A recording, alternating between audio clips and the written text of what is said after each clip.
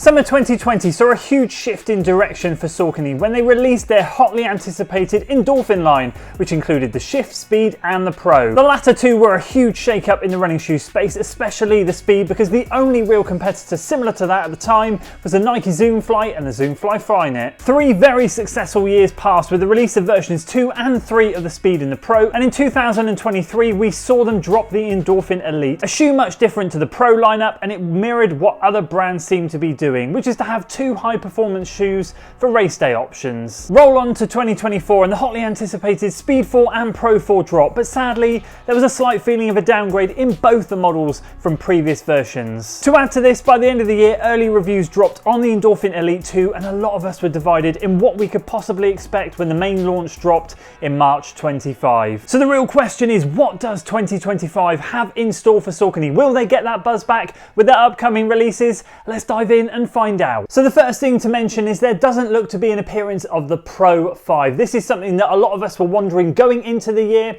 and seeing a lot of reviewers at the running event over in America. They were doing a lot of coverage with the Saucony team and there was no mention of the Pro 5. Of course, we've got the Speed 5 coming later in the summer, June or July I believe, but no word on an updated version of the Pro. But what we also have to remember is the Endorphin Elite 2 is being dropped this year, I think around March time, so of course that's very exciting, and we'll come on to that a little bit later because I think that really will divide opinion. And I guess also we have to understand that now they are producing 2 top-end racing shoes. Are they going to be able to continue to provide yearly updates, or are we going to see them stagger to sort of every 18 months or 2 years? Now of course the Pro version 1 was really exciting, I loved that shoe, but a lot of people found that the Speed was being used to race in, and we kind of had this suspicion within the running community that they kind of nerfed the Speed a little bit and very much took it back down the road of being more of a trainer rather than something that people could race in as much, because of course people were opting to buy the Speed over the Pro. So they made a much more clearer distinguishment between the 2 shoes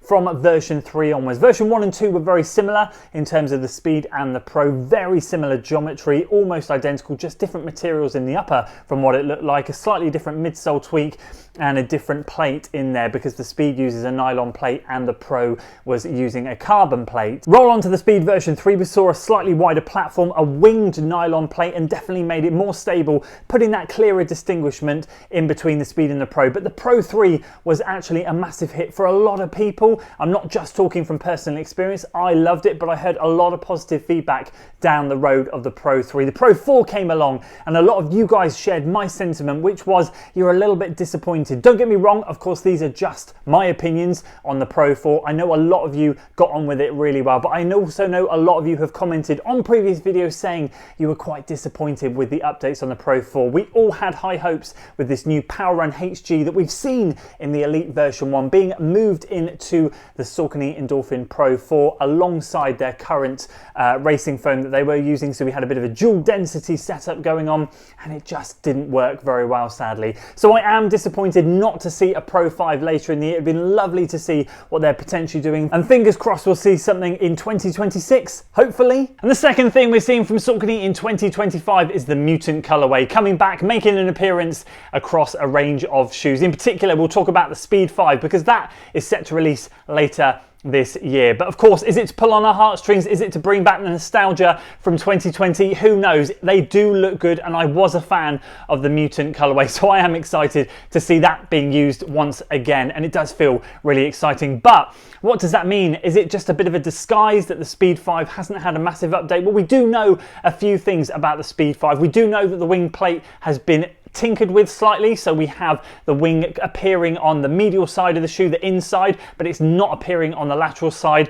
The goal there, from what I believe and what I've watched and what I've heard, is more so to still provide a bit of stability, but also to allow a bit more flexion in the outside of the foot. Don't forget, a lot of us run and land on the outside of our feet and roll through the gait cycle and push off on our big toe, so I'm going to assume there that the removal of the wing on the lateral side is to help aid that and be a little bit more natural. We are seeing another lighter weight weight compound being used in the midsole. So still the Power Run PB, but again, they've tinkered with the formulation there. And we have indeed seen a revamped upper, engineered mesh, I believe. And all in all, this is meant to come in at a slightly lighter weight package than the version 4, which is good because in my UK size 13, which of course I appreciate, is on the bigger end of the spectrum, I had quite an increase in weight from version 3 to version 4. I went from 287 grams, I believe, to 314. So it'd be nice to get it back down to the weight of the speed, even though the 3 and the 4 were very similar to me in terms of the way they fitted and the way they felt. I did feel and notice a little bit of that weight gain there. So it'd be great if they could bring that one back down, which it does seem like they're doing. But I would say I'm not going to get too hyped about this shoe. I would say that they have made some slightly visual changes, but whether they've made massive changes from version 3 and 4, I'm not too sure. As far as I'm concerned, unless it goes back towards version 1 and 2, which were some of my favorite shoes, and don't get me wrong, I appreciate shoe technology has advanced since then I'm not going to be that excited. I probably still will end up picking it up for testing. However, if it's anything like the 3 and 4, then it'll probably be a pretty good trainer, but certainly nothing stand out like the previous versions. I guess we'll have to wait and see in the summer. And the third major update from Saucony this year is going to be the introduction of the Endorphin trainer. So that's going to be coming in at the bottom level of the Endorphin lineup. We'll have the Endorphin trainer, the Speed, the Pro, and then the Elite, and that's going to make up the bottom. Of course, we had the Shift, that never seemed to get an update. We had the Kinvara Pro last year, that seems to have had a baby, and the Endorphin trainer has been born. So the trainer looks to be very much like a daily trainer to do your daily miles in, but with a carbon plate. I'll share my thoughts on that in a second. It's going to be using the brand new Incredi-Run foam alongside the standard Power Run to provide that new squish feeling that we're going to be getting in the Endorphin Elite 2, but also a stabilizing element there with the plate and their standard EVA Power Run on the bottom. So it will be an interesting ride. I'm excited to hear what you guys think, but I will probably pass on this shoe. I'm not too interested in using carbon plates in my daily training. I don't think it's worthwhile, and I do feel like they're being shoved into every shoe at the moment. We just don't need them. Save the plates for race day. Of course, I do train in plates here and there when it comes to speed sessions. Don't get me wrong, I'm not completely anti it, but I do feel like if you're going out for an easy run and you're just doing some easy miles and some easy long runs, just run in a really nice cushion shoe. Saucony have a good lineup there. They've got the Triumph, they've got the Hurricane. Those are two options that you can use that are just going to give you good comfort and good squish and take you along those easy miles. But it'll be interesting to see what you guys think of this one. I will be sitting back and watching the feedback from everyone else on this one. And finally, the biggest update of the year, I guess, for Saucony is going to be the launch of the Elite version 2. This is very exciting. I am very excited, but also very, very apprehensive. So the Elite version 2 is going to be the update from the original version, which I have to be honest with you is my favorite racing shoe of all time. For me, as a bigger runner, it was that perfect sweet spot of not too firm, not too soft. That combined with the plate, the Power Run HG foam, and the very aggressive early stage rocker, which felt like it was earlier than a lot of the super shoes. I see Adidas have now moved their rockers back a little bit from 70% of the shoe to 60%, kind of mimicking what the Elite was doing. I don't know the exact percentage of the Elite, but the Elite at the time definitely felt like it had the advantage there, and it was an absolute weapon when it came to running fast. However, the version 2 is going to have some big changes, and mainly is going to be found in the midsole. This midsole is the new Incredi-Run midsole, which by all accounts is one of the softest midsoles that we are going to see out on the market, if not the softest within the super shoe realm. Now, as I said, this excites me and it scares me. It's definitely going to divide opinion. If you didn't like the Elite version 1, you may love version 2. If you did like version 1 like me, we might find that version 2 is not the one and we might be stocking up on the version 1. Either way, again, I am keen on testing the shoe. I would love to get my hands on a pair to see what it's all about. I do have a personal preference of a slightly firmer midsole foam if I can. I just don't necessarily like that sink and bounce sensation, which I know that if I pick up this shoe, I am going to get. However, it's well worth testing. This is apparently revolutionary and we're going to see what it's all about. But again, from early reviews, watching a few people's thoughts, it does seem to be that the community is slightly divided on this one. And again, I'm excited to see whether I like it or not like it. It's going to be a lot of money to spend to find that out. And of course, we'll see updates to some of their other models as per usual. I believe there's going to be an update to the Hurricane and the Triumph. I'm sure there'll be one for the Kinvara, but I haven't seen too much about that. The Triumph, I think in particular, is going to be really exciting for a lot of people. I feel like a lot of people were really anti what they did in the 22, which is one that I had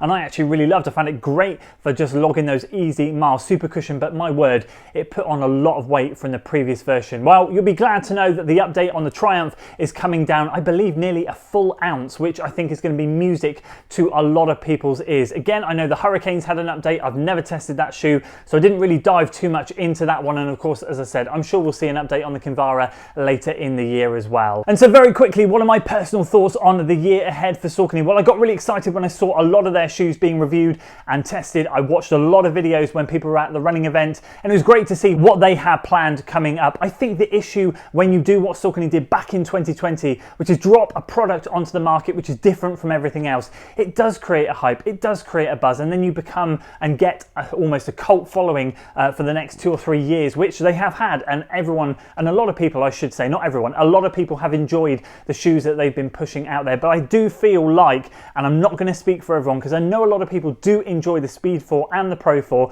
but there's a lot of people out there that don't. And with the apprehension ahead of the Elite version 2, with that midsole foam, I do kind of feel like that spark has slightly gone. And the innovation, well, that's always tough to carry on when you've dropped something like you did back then. So I think for them, it's just about maintaining their presence in the running shoe market until they can drop something else that's going to be pretty darn special. And of course, I'd love to hear your thoughts on this topic with Saucony. Have you found that they have kind of lost their spark over the last year or so? Were you some of the people that picked up version 1 and 2 of the Speed? What did you think back then, and how have you found the lineup as it's gone on? I know a lot of you share my sentiments, but I know so many of you that are just loving the Speed 3 and 4. And don't get me wrong, the 3 was okay, the 4 I just found a little bit flat, and I got a few rubbing issues in there. Same with the Pro 4, and it was just really disappointing. So I'm really hoping they can turn it around. I'm really hoping that the update to the Pro 5, if they are giving it this much time, next year is going to be a really significant update, and we're going to see something really darn special. I hope so. Do let me know in the comments